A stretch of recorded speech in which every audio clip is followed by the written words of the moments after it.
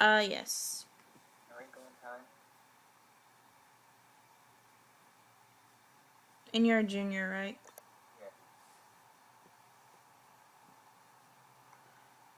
Yeah. Okay. Just read until 5 after 5. Just read aloud until 5 after 5. I'll tell you when to stop.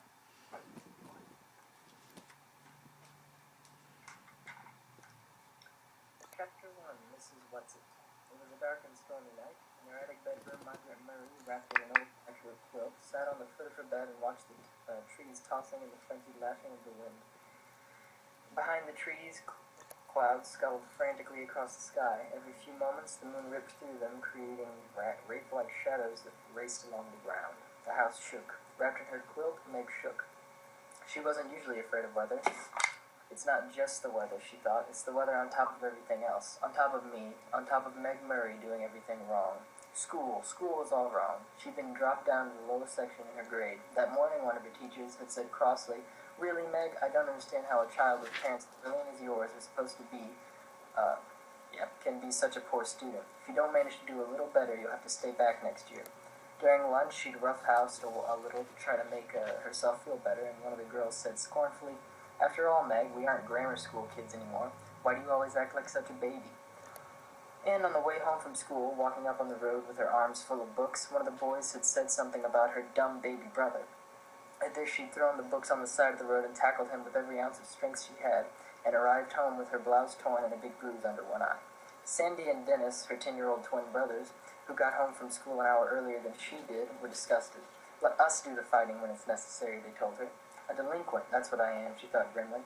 That's what they'll be saying next. Not mother, but them. Everybody else. I wish father... But it was not possible to think about her father without the dangers of tears. Only her mother could talk about him in a natural way, saying, "When your father gets back from where? And when?" Surely her mother must know what people were saying, must be aware of the smugly vicious gossip. Surely it must hurt her as it did Meg. But if it did, she gave no outward sign. Nothing ruffled the serenity of her expression. Why can't I hide it too, Meg thought. Why do I always have to show everything? The window rattled madly in the wind, and she pulled the quilt close to her. Curled up on one of her pillows, a great fluff of kitten yawned, showing its pink tongue, tucked its head under again, and went back to sleep.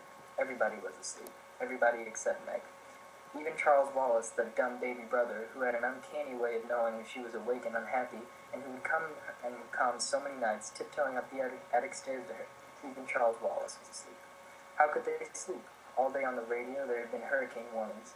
How could they leave her up in the attic in the rickety brass bed, knowing that the roof might be blown right off the house, and she tossed out into the wild night sky to land who knows where? Her shivering grew uncontrollable. "You asked to have the attic room," she told herself savagely. "Mother let you have it because you're the oldest. It's a privilege, not a punishment." "Not during a hurricane, it isn't a privilege," she said aloud. She tossed the quilt down on the foot of the bed and stood up. The kitten stretched luxuriously and looked up at her with huge, innocent eyes. "Go back to sleep," Meg said. "Just be glad you're a kitten and not a monster like me." She looked at herself in the wardrobe mirror and made a horrible face, bearing a mouthful of teeth covered with braces. Automatically, she pushed her glasses into position, ran her fingers through her mouse-brown hair so that it stood wildly on end, and let out a sigh almost as noisy as the wind. The wide wooden floorboards were cold against her feet. Wind blew in the crevices about the window frame, in spite of the protection the storm sash was supposed to offer. She could hear wind howling in the chimneys. From all the way downstairs, she could hear Fortinbras, the big black dog, starting to bark. He must be frightened too. What was he barking at? Fortinbras never barked without reason. Suddenly she remembered that when she had gone to the post office to pick up the mail, she'd heard about a tramp who was supposed to have stolen 12 sheets from Mrs. Buncombe, the constable's wife. They hadn't caught him, and maybe he was heading for the Murray's house right now, isolated on a back road as it was, and this time maybe he'd be after more than sheets. Meg hadn't paid much attention to the talk about the tramp at the time, because the postmistress, with a sugary smile, had asked if she'd heard from her father lately. She left her little room and made her way through the shadows of the main attic, bumping against the ping-pong table. "Now I'll have a bruise on my hip on top of everything else," she thought. Next she walked into her old doll's house, Charles Wallace's rocking horse, the twins' electric trains. "Why must everything happen to me?" she demanded of a large teddy bear. At the foot of the attic stairs she stood still and listened.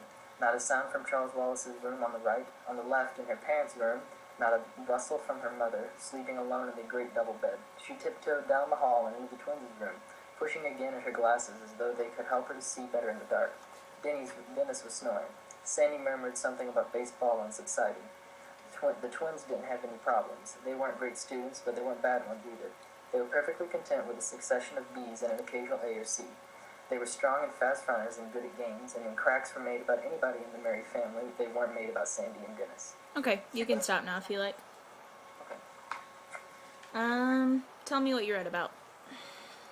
I read about a Meg lady who was in her house, room, attic thing, while a hurricane was happening. She was recollecting parts of her day before and just like kind of just moping about everything like a big sissy. Talked about beating up a kid. Talked about a creepy guy that was nabbing things. And she walked around in her house and was checking things out and was bumping into things and complaining a lot.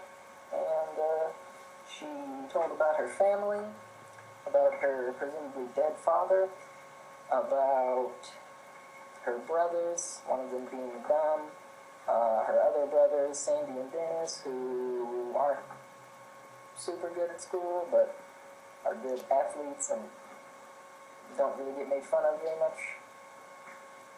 Okay. And a dog with a weird name, like Fleming Ross or something. Why do you think the main character was mopey? Like you said, she was moping around. Why do you think that is? Yeah, I think she has some probably problems with her. What I'm gonna guess is dead father, but I think he's actually not dead. I can't remember, but that doesn't matter because I didn't read the book before. And yeah, I think she's got problems with that. I think she's not very. I think she does get made fun of in her family, probably. She probably isn't the top dog very often. I feel like I need to read more to really know why she was mopey. Yeah. Just drawing a conclusion. Why do you think the author wrote the book? Well, it's not a wrinkle. She was freaking weird. Well, right now there's not really like a big point that she's trying to make. I don't know. Do you know about the book at all? Like, have you read the back? Yeah, I read it before, but I read it in like a long time ago. Oh, okay. So you don't know why the author's writing the book? I can't remember. I just remember a big brain that was evil. That's about it. Okay. And who was the main character in the story? Meg Murray. That's what her name was. Okay.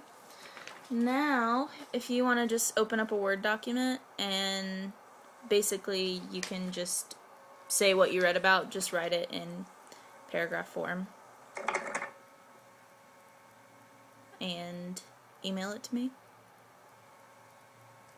Okay. Just no certain length, just however long it needs to be for you to get the point across about what you read. And that's all I need from you, really. Okay. Did I pass, teacher? You passed. Oh, yeah. What are you doing this for? It's for my diagnostics and reading class.